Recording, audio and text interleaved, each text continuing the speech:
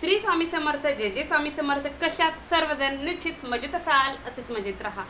पहा, आपण रात्रंदिवस मेहनत करतोय, खूप छान चालू आहे, आपण सर्वांबरोबर खूप चांगलं वागत आहे, परंतु अचानकपणे काय घडतं हे माहिती नाही. भलेही आपण कितीही चांगलं जरी असेल तरीही समोरचा व्यक्ती किंवा समाज तितकाच चांगला असेल, तितकाच चांगला आपल्याशी वागेल असं नाही. आपण रात्रंदिवस एखाद्याचा विचार करत असू, रात्रंदिवस आपण एखाद्यावरती प्रेमाच्याच भूमिकेने विचार करत असू किंवा रात्रंदिवस आपण त्याचाच जप करत असू, परंतु त्या व्यक्तीच्या मनामध्ये आपल्याबद्दल जर काही सहानुभूतीच नसेल, तो व्यक्ती कंटिन्यू आपल्या बाबतीत निगेटिव्हच बोलत असेल, त्याच्या निगेटिव्ह वेब्सच आपल्या जर अवतीभोवती जर असतील, तर समजून जायचं की या व्यक्तीचा आपल्याला कुठे ना कुठे त्रास व्हायला सुरुवात झालेली आहे किंवा हा व्यक्ती कोणत्या ना कोणत्या प्रकारे आपल्याला आपली अडवणूक करण्याचा प्रयत्न करत आहे किंवा कुठेतरी हा व्यक्ती आपल्याला फसवू पाहत आहे.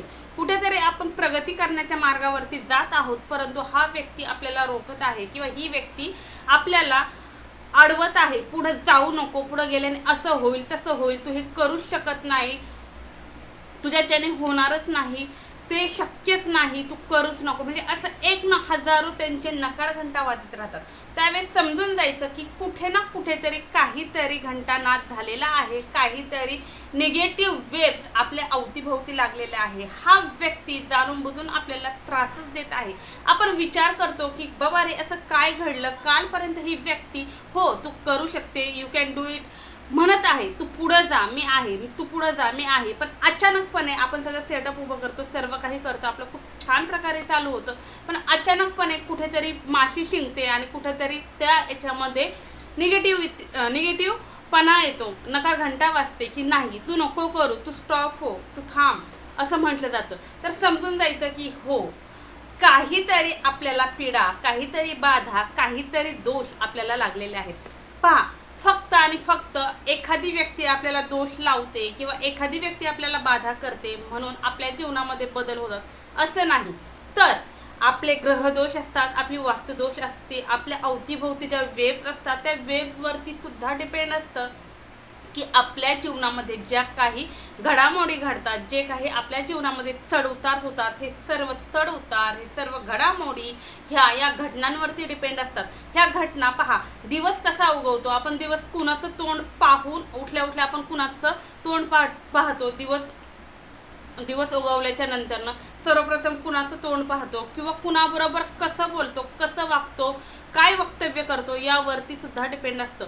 पहा, काही व्यक्तींना एक सवय असती, दिवसभरामध्ये जे काही झालेलं आहे बे एक बे बे दुने चार सर्व पाडा, रात्री झोपण्यापूर्वी सर्व वाचायचं, सर्व ते रिवाइंड करायचं.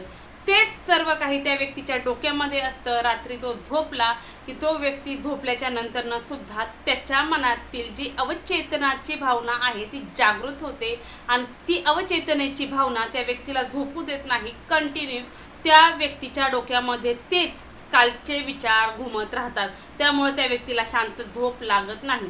त्याच प्रकारे जर तुम्ही देवाचं नामस्मरण करून किंवा देवा रे माझ्याकडनं दिवसभरामध्ये ज्या काही चुका झाल्या आहेत त्यासाठी मला माफ कर किंवा मी ज्यांना कुणाला मदत केली आहे त्यासाठी मला भरभरून आशीर्वाद दे, माझ्याकडनं अशीच सेवा घडू दे किंवा माझ्याकडनं कळत नकळतपणे कोणी दुखावलं गेलं जरी असेल तरी माझ्याकडनं इथून पुढं दुखावलं जाऊ नको देऊ, मी कंटिन्यू इतरांवरती प्रेम करण्याची जी काही माझी भावना आहे ती उत्तरोत्तर वाढत जाऊ दे, माझी उत्तरोत्तर प्रगती होत जाऊ दे, असं म्हणून जर तुम्ही झोपलात तर रात्रभर तुमच्या मनातील जी अवचेतना आहे, अवचेतनेची भावना रात्रभर तुमच्या मनामध्ये तेच पॉझिटिव्ह विचार, त्याच पॉझिटिव्ह वेव्स तुमच्या डोक्यामध्ये घुमत राहतात.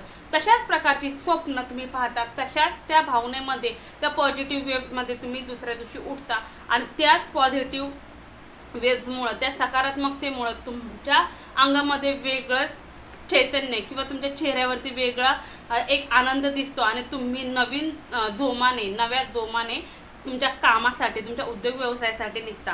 परंतु जर तुम्ही निगेटिव्ह विचार करूनच झोपलेले असाल किंवा दिवसभरामध्ये जे काही दुःख झालं, जे काही भांडणं झाली, वादविवाद झालं, कलह झालं, तेच आठवत जर तुम्ही झोपलात तर तुमच्या मनातील चेतनेची जी भावना असते, पहा आपल्याला दोन मनं असतात, म्हणजे दोन मनांच्या भावना असतात. मन तर एकच असतं पण दोन भावना असतात, एक चेतना आणि एक अवचेतना.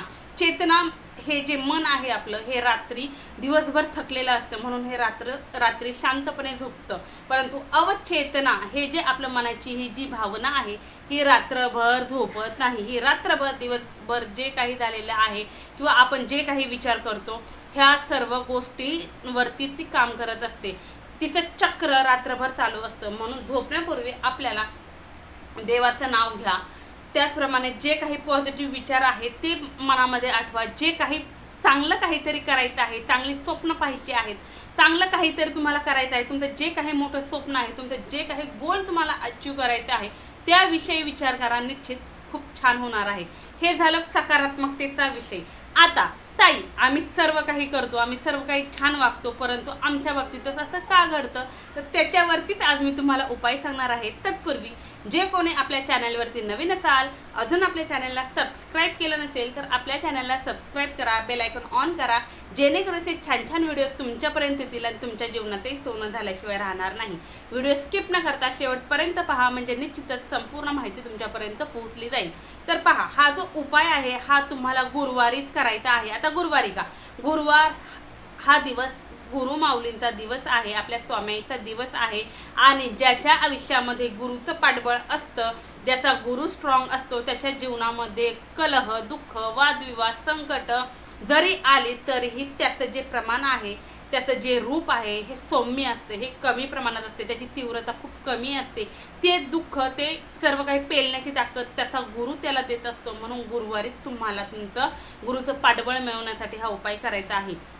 त्याचप्रमाणे तुम्हाला या उपायासाठी काय लागणार आहेत? आता काळी कलोंजी, काहींना माहिती असेल, काहींना नसेल माहिती. आपल्याकडं काळं जिरं असं म्हटलं जातं, साधा सोपा शब्द काळं जिरं.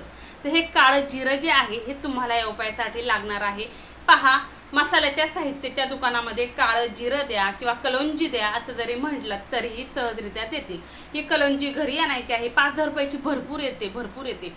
काळा रंग असतो. अगदी आपले खुरासणे किंवा काळे तीळ जसे असतात ना तशीच ही काळी कलोंजी असते. तिला काळे जिरे असं सुद्धा म्हणतात. आपल्या नॉर्मल जिरेसारखी असते, फक्त थोडीशी छोटी असते.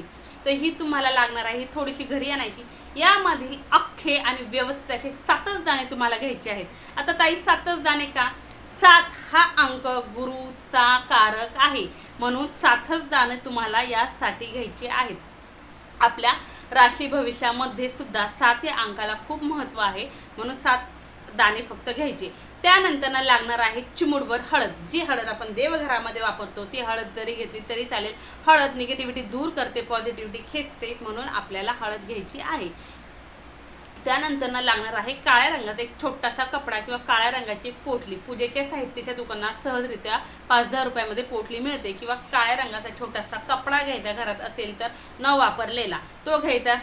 सुईने आणि धाग्याने तो शिवून घ्यायचा. छोटीशी एक त्याची पुडी किंवा पिशवी तयार करायची, त्यालाच पोटली म्हणायचं. किंवा नाही शक्यता आहे, वेळ नाही, काही हरकत नाही, कपडा घ्या. कपड्यामध्ये सर्वप्रथम काय करायचं आहे, जी कलोंजी घेतलेली आहे ही कलोंजी ठेवायची. त्यानंतर चिमूटभर हळद त्यावरती टाकायची. याची एक पोटली तयार करायची. ही झालेली पोटली तुमच्या उजव्या हातामध्ये घ्यायची. उजव्या हातामध्ये ही कलोंजीची पोटली घेऊन तुम्हाला फक्त आणि फक्त श्री स्वामी समर्थ या मंत्राची एक जपमाळ घ्यायची आहे. एकच जपमाळ घ्यायची आहे. किंवा तुमच्याकडे जपमाळ नाही, काही हरकत नाही, 5 मिनिटं फक्त बसा, टायमर लावून द्या. 5 मिनिटं फक्त श्री स्वामी समर्थ श्वासावरती तुम्हाला जप करायचा आहे. ही पोटली हातामध्ये ठेवायची आहे. होटांचं स्पंदन होऊ द्यायचं नाही, काहीच नाही. स्वच्छ उपाय करण्यापूर्वीच स्वच्छ हातपाय वगैरे धुवायचे. एक आसन घेऊन तुमच्या देवघराच्या समोरच बसायचं. त्यानंतर धूपदीप अगरबत्ती सर्व लावून घ्यायचं आणि एक पाट घेऊन हे सर्व साहित्य त्या पाटावरती ठेवायचं आणि नंतर हा उपाय करायचा.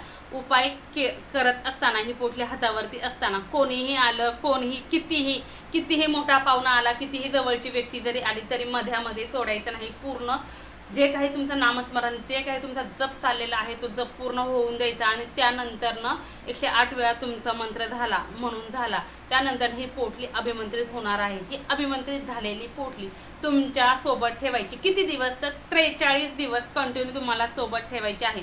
पहा, महिला भगिनींनी पिरियड, सुतक, विटाळ असताना हे उपाय करायचे नाहीत. तसेच पुरुष बांधव करणार आहेत तर तुमच्या घरामध्ये विटाळ, सुतक असताना तुम्हाला हे उपाय करता येणार नाहीत. आता समजा तुम्ही उपाय केला आज उपाय केला आणि 2 दिवसामध्येच तुमच्या घरामध्ये काहीतरी विटाळ आला किंवा सुतक झालं किंवा महिला भगिनी आहे त्यांच्याकडे ही पोटली आहे, तिला पिरियड आले, तर तिने काय करायचं, ही जी पोटली आहे ही पोटली पाण्यामध्ये सोडून द्या, वाहत्या पाण्यात सोडून द्या किंवा निर्माल्यामध्ये टाका किंवा एखादं मोठं झाड पहा, त्या झाडाच्या मुळापाशी एक खड्डा घ्या, त्या खड्ड्यामध्ये गाडून टाका, पुन्हा नव्याने हा उपाय करा. आता हा उपाय करायचा, ती पोटली सोबतच ठेवायची. ज्या वेळेस तुम्हाला असं वाटेल की आता माझ्या जवळपासच्या ज्या निगेटिव्ह वेव्स आहे ह्या खूप वाढत आहे, माझ्या घरामध्ये कलह वाढत आहे, माझ्या कामामध्ये वादविवाद कंटिन्यू चालू झालेले आहे, माझ्या जीवनात चढउतार चालू झालेले आहे, त्यावेळेस ही पोटली त्यातनं काढायची, हातामध्ये घ्यायची आणि श्री स्वामी समर्थ श्री स्वामी समर्थ या मंत्राचं नामस्मरण करायला सुरुवात करायची.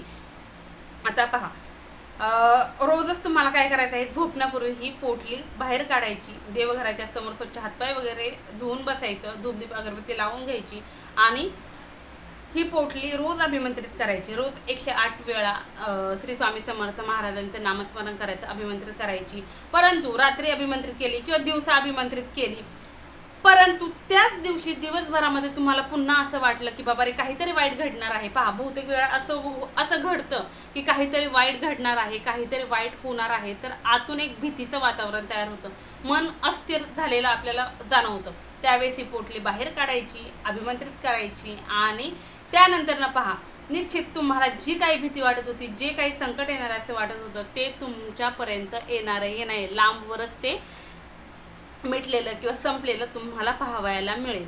इतका छान, इतका प्रभावी हा उपाय आहे. त्यानंतर 43 दिवस पूर्ण झाले की त्यानंतर ही पोटली तुम्हाला कंटिन्यू तुमच्यासोबत ठेवायची असेल तर ठेवू शकता किंवा वाहत्या पाण्यात निर्मल्यामध्ये टाकून दिली किंवा मोठ्या झाडाच्या मुळापाशी जरी गाडून टाकली तरीही चालेल. अशा पद्धतीने तुम्हाला हा उपाय करायचा आहे. हा उपाय खूप कारागार आहे, खूप खूप खूप अनुभवसिद्ध आहे. खूप जणांना याचा अनुभव आलेला आहे. खूप दादांनी, ताईंनी सांगितलेलं आहे. एका ताईच्या घरामध्ये कंटिन्यू वादविवाद, कलह वगैरे चालू होते. तिने हा उपाय केल्याच्या नंतरनं तिला असा अनुभव आला की तिचा नवरा जो काही तिच्याबरोबर वादविवाद, कलह करत होता, परंतु ती पोटली हा उपाय केल्याच्या नंतर ही पोटली सोबत ठेवायला लागल्यापासून त्यांच्या रिलेशनमध्ये जे काही प्रेमाचं वगैरे वातावरण होतं ते पूर्ववत झालेलं आहे. एक दादा होते, त्यांच्यासुद्धा कामामध्ये खूप अडचणी येत होत्या, परंतु ही पोटली सोबत ठेवायला लागल्यापासून त्यांच्या कामातील अडचणीसुद्धा कमी झालेल्या त्यांनी सांगितलेलं आहे. इतका छान, इतका प्रभावी उपाय आहे. निश्चित तुम्हीही करा आणि व्हिडिओ कसा वाटला हे कमेंट्समध्ये सांगायला विसरू नका. तसेच कमेंट्समध्ये श्री स्वामी समर्थ, जय जय स्वामी समर्थ हे लिहिलाही विसरू नका. झालेली सेवा स्वामींच्या निरुदू. श्री स्वामी समर्थ, जय जय स्वामी समर्थ, श्री स्वामी समर्थ महाराज की जय.